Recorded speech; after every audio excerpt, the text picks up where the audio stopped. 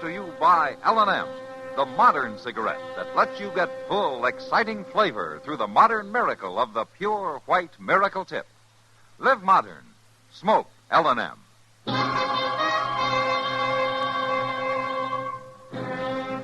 Around Dodge City and in the territory on West, there's just one way to handle the killers and the spoilers, and that's with a U.S. Marshal and the smell of gun smoke.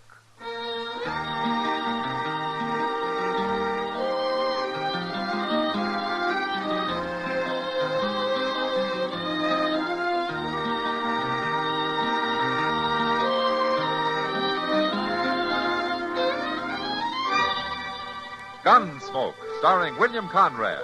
The transcribed story of the violence that moved west with young America. And the story of a man who moved with it. I'm that man. Matt Dillon, United States Marshal. The first man they look for and the last they want to meet. It's a chancy job, and it makes a man watchful. And a little lonely.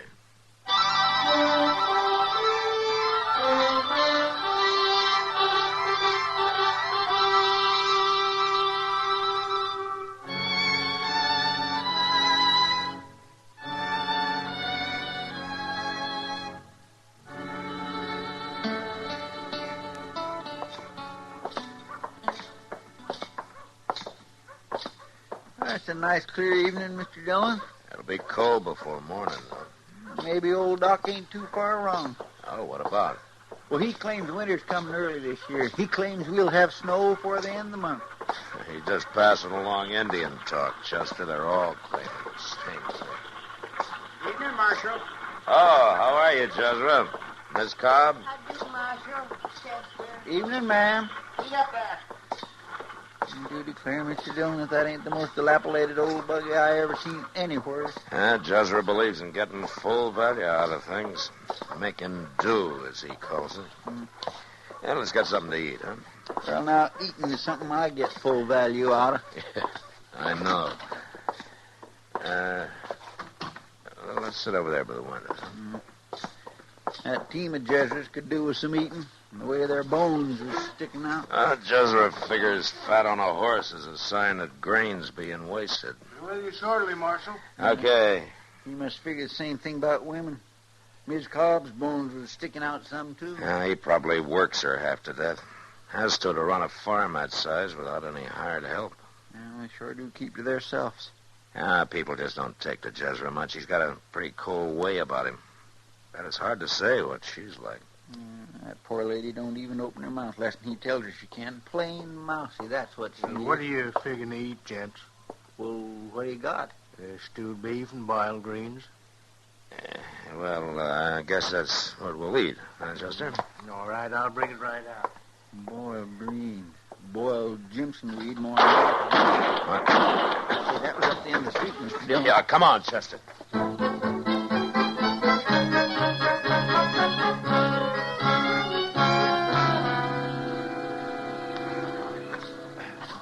Open up here. Let me through, will you, please? Will you let me through? Hang on to that horse. He's mighty spooky. What's the trouble, Chester? Marshal, you've allowed this town to become a sink of iniquity, a whited sepulchre. Oh, is that so? Town of painted Jezebels, scoundrels, and murdering assassins. The name should be changed to Sodom or Gomorrah. You all right, Miss Cobb? Somebody tried to kill us, Marshal. They were standing right over there in the shadows. Minerva, you'll kindly remember a woman's place. Marshal asked me. Silence. Sorry, Jezra. Did you get a look at him? We did not. The coward struck in the darkness. It was only a miracle we escaped. Any of the rest of you see who fired those shots? You're the law here, Marshal. I demand an accounting of this outrageous assault. Jezra, do you know anybody who might think they got a reason to kill you? I never had an enemy in my life.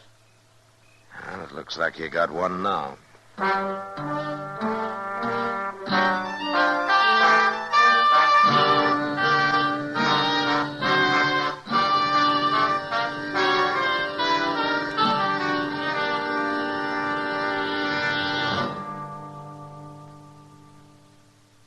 Free yourself of old-fashioned ideas. Why don't you live modern? Live modern. Live free up, freshen up your taste. Smoke an L&M. Why are more people changing to L&M than to any other cigarette? Because only L&M lets you enjoy full, exciting flavor through the pure white miracle tip. L&M draws easier, tastes richer, smokes cleaner. So free up, freshen up your taste, get full, exciting flavor. Live modern. Smoke L&M. Make today your big red letter day and start to live the modern way. Live, live, live modern. Smoke an L&M. It's America's fastest growing cigarette.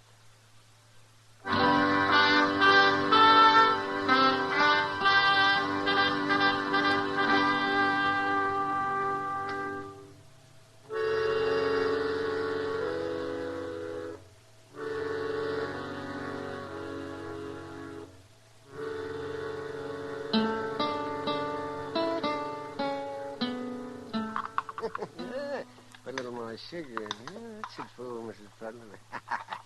Well, hand me that pill mold, will you, Matt? Is this what you mean, Doc? That's it. Thank you. Well, I got to make this prescription look real authentic. Oh, what do you mean? These are fooling pills. Got nothing in them but sugar and some chalk and a little gum araby to bind them. So that's the kind of medicine folks get from you. Oh, no, it's the kind old Mrs. Prudlin gets. Long as she figures they help her, that's all that's necessary. At least they don't do her any harm. Nothing wrong with her anyhow, except in her mind. There we are. We'll let that sit a while and dry, and then... Oh, say, you found out yet who fired those shots at old Jezra Cobb? No, Doc. Not a hint. That's a funny thing, Matt. I don't think I know a soul in Dodge that likes old Jezra. Yeah, I know, Doc. But nobody really hates him either. They just stay clear of him as far as they can. Yeah, that's just it. He just isn't the kind of a man to rouse up strong feelings in anybody, good or bad. Well, he must have roused some in whoever tried to kill him or kill her. I don't even know for sure which one they were after, him or his wife. You busy, Doc? Huh? Oh, well, come right in, Kitty. Hello, Kitty. Matt, what are you doing here? Well, he's hiding from Jezra Cobb. What? Don't mind, Doc. I'll step outside, Kitty. Oh, no, don't go, Matt. I just wanted to get something for a headache, Doc. Oh, it's too bad. Well, dip yourself some water there. Here are some pills I just made up, Kitty. Oh, now, Doc, you're not... Formula came straight from Boston. Well, if they can take care of this headache, they're miracle pills. That's exactly what they are. Here you are. You swallow a couple of those. Oh, thanks, Doc. I personally guarantee those to stop the world's worst headache in 1 minute flat. Yeah, they done wonders for Miss Prudlin. Mrs. Prudlin. Pay no attention to him, Kitty. He's all upset over that shooting. Well, I could name a few people who aren't upset over it. Oh, which people? Some of the girls at the Long Branch. He drops in about 3 times a year. Jezra Cobb at the Long Branch? Old, self-righteous Jezra. And every time it means trouble. He always drinks too much. He bothers everybody Bothers him how? by trying to reform them. And it's the girls who always get the worst of it. Now, who'd have thought it? He calls them painted Jezebels. Says he means to cure them of their transgressions. Of course, the only cure he seems to know is to grab a cane and beat the daylights out of any of them he can get his hands on. I didn't know Jezra was that bad. You ask some of the girls, Matt. Daisy or Billy Bell. Yeah, I will, Kitty. Doc, could I have some of those pills to take with me? Look, Kitty, Doc was just pointing... They're real good, Doc. My headache's all gone. What'd you start to say, Matt? Nothing, Kitty. Nothing.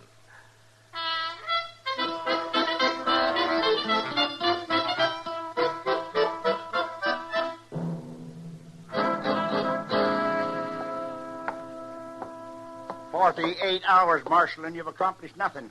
I demand legal action." You haven't helped things any by lying to me, Jezra. Lying to you. You told me you never had an enemy in your life, but 2 or 3 young ladies over at the Long Branch disagree with you. Dance hall girls. Maybe so. But I'd sure hate to have them looking at me over a set of gun sights. Abandoned. Painting their faces. cavorting in public to the devil's music. And stay away if you don't like it before you get a bullet in your back. It wasn't the woman who fired them shots. A woman wouldn't have to fire him, Jezra. She could get a man to do it for her. Then why don't you jail them girls if they're plotting to kill me? I don't have any proof of anybody plotting anything. You're in league with the adversary, Marshal.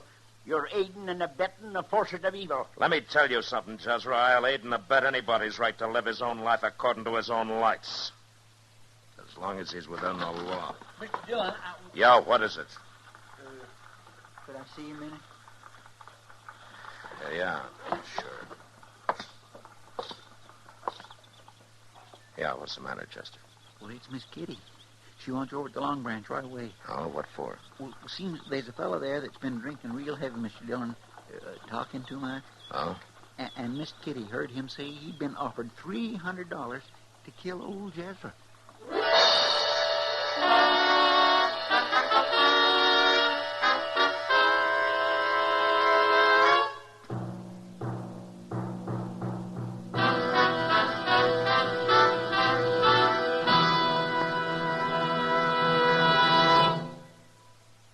Free yourself of old-fashioned ideas. Why don't you live modern? Live modern. Live modern. Free up. Freshen up your taste. Smoke an L&M. Today, all over the country, more people are changing to L&M than to any other cigarette. And it's all because only L&M gives you full, exciting flavor through the pure white miracle tip. L&M draws easier, tastes richer, smokes cleaner. So free up, freshen up your taste, live modern, change to L&M. Make today your big red letter day and start to live the modern way. Live modern. Smoke an L&M. It's America's fastest growing cigarette.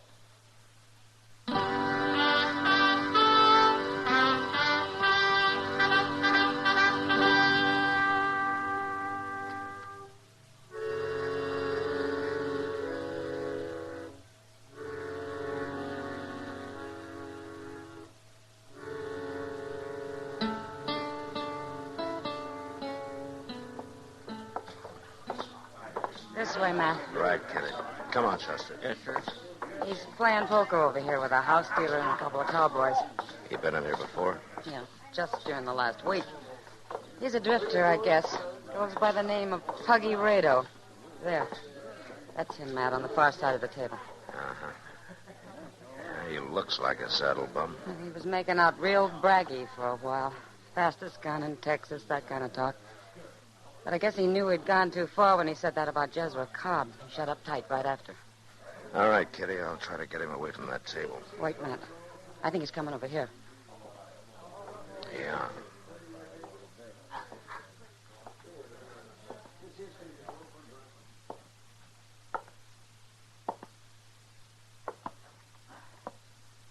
Reckon you're the marshal, ain't you? That's right, yeah. I reckon she heard what I said, sent for you. That's just what I figured she was doing. Go me! Hold it, Marshal. You make one move toward that gun, and I'll put a bullet right in her back. You got your hands off me. Take it easy, Kitty. You tell her, Marshal. Tell her me and her is leaving now. And if anybody lays a hand on a gun, there's going to be a pretty corpse on the floor. Told you to let go. Take him out. Drop the gun, Rado! Not a chance.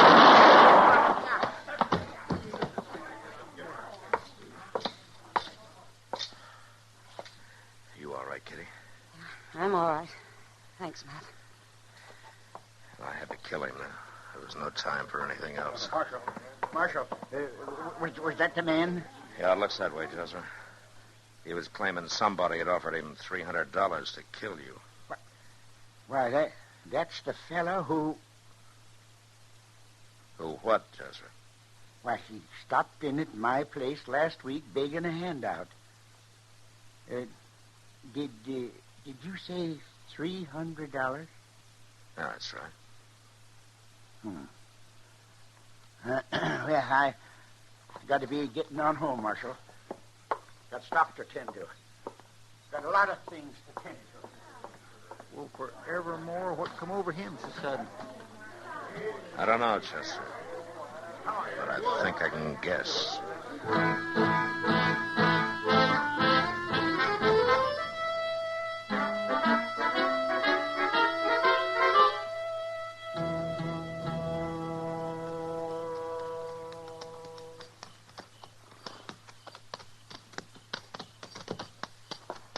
Come on, Chester. Yes, sir.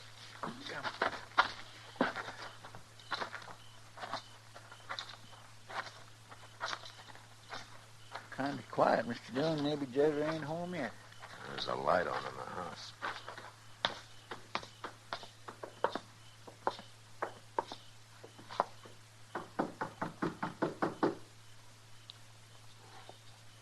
That's a real proud barn yonder to be with such a poor-built house, ain't it? Yeah, it sure is. Good evening, Miss Cobb. I do, Marshal. Chester. Miss Cobb. Your husband get home yet, Miss Cobb? He's out there in the barn. Won't you come in and set a spell? Yes, we will, thank you.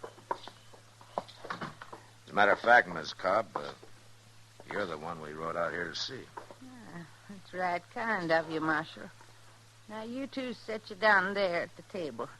Just this minute took a wild plum pie out of the oven. Well, no, thank you, Miss Cobb. Well, I don't often get to feed callers. You ain't going to deprive me of the chance. Maybe we could just taste it a little dab, Mr. Dillon. All right, Chester. I always had the impression that you were opposed to visitors, Miss Cobb. Oh, I love to have folks come. Jezra ain't never been one to encourage it. Oh, I see. The righteous must turn their faces from the world. For the world is the cradle of sin. That's what Jezra always said. There you are, piping hot. My gracious, that smells good. Well, eat hearty. There's plenty more. It'll just go to waste. Jezra's never cared too much for plum pie. Miss Cobb, how long have you and Jezra been married? 27 years, Marshal. 27 years. Uh-huh. And over those years, Miss Cobb, how many times did he beat you? Hundreds of times. For my transgressions, he told me. He used to read me from the good book that a husband's got a right to do that. I ain't never learned to read myself. But last month I asked Reverend Blouse, and he said there weren't nothing like that in the good book. Well, maybe Jezra's got his own version. He lied to me, that's what he done. And if he'd lie about that, then, well, I reckon you know, don't you, Marshal? Yes, ma'am. About you offering money to that drifter who rode through here last week. That you hired him to kill Jezra. Yes, ma'am, I guessed it. Jezra did, too. Well, I figured he did the way he acted in town. He come home and told me about you having to shoot the man. Then he asked me for our savings. And I got it for him. He sat down here and counted it. And when he seen it was the same as that fella had been talking about, $300, then he knowed for sure. What did he say? Oh, nothing much. He just sat here a while, smiling at me kinda in that cold way of his. His glory smile, I always called it. And then he got up and went out to the barn. And, of course, I knowed what he was going for. What do you mean? He was aiming to fetch a hickory stave. He always keeps some out there to mend fences. I declare, Mr. Dillon, a man like that ought to be, well... I think, ma'am, maybe I better go have a little talk with Jezzer. Won't be no use, Marshal. Just won't be no use. I think it will, ma'am. Listen to me, Marshal. You're wasting your time. I'm trying to tell you. When he went to fetch that stave, I knowed what he was aiming to do. And I followed him out to the barn. Yes? I stood real close, Marshal, so I wouldn't miss. And I pulled the trigger 4 times. I put the gun there in the cupboard. I figured you'd be wanted. Jezzer ain't never gonna beat me no more. You sit right back down there and finish your pie.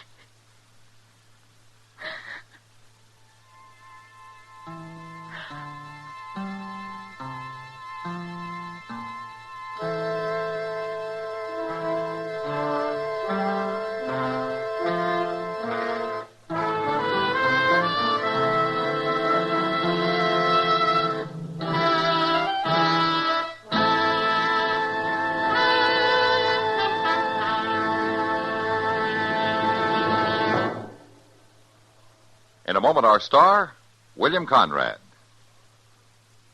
If your daily routine never varies, chances are you're heading for a great big case of monotony. Everybody needs a break once in a while, and sometimes a vacation just once or twice a year isn't enough. But a break once a week would more than fill the bill. What could you do with that leisure time? Here's the answer to that. You can vary your routine with a fascinating and vital pursuit, spotting planes for America's Ground Observer Corps. It's exciting. It's interesting, and just 2 hours a week of your spare time is all that's needed to keep up the 24-hour schedule of the GOC. Men and women from teenage up can help the Air Corps cover the blind spots in our radar system by volunteering for the Ground Observer Corps, a civilian component of the Air Defense Command. You'll be trained and supervised by officers and airmen of the Air Defense Command to spot planes in your area.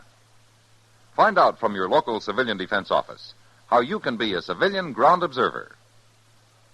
This has been a public service message by CBS Radio. And now, William Conrad. You know, when a bad man riding a good horse came into Dodge looking for trouble, well, likely as not, he got a bullet hole placed in him. And the horse went to the man who did it. And that was the West. Gunsmoke. Produced and directed by Norman MacDonald, stars William Conrad as Matt Dillon, U.S. Marshal. The script was specially written for Gunsmoke by Les Crutchfield, with editorial supervision by John Meston. The music was composed and conducted by Rex Corey. Sound patterns by Ray Kemper and Bill James. Featured in the cast were Virginia Gregg, Ralph Moody, Don Diamond, and John Daner. Parley Bear is Chester, Howard McNear is Doc, and Georgia Ellis is Kitty. Join us again next week for another specially transcribed story on Gunsmoke.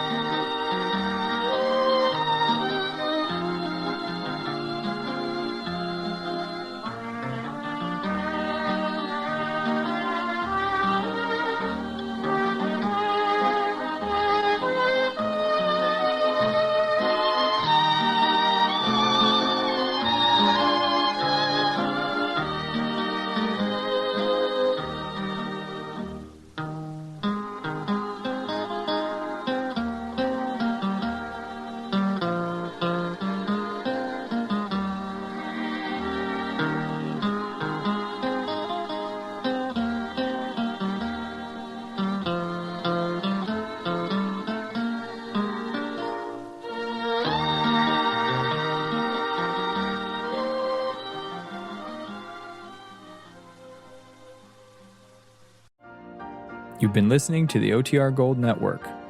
Find more classic radio at otrgold.com.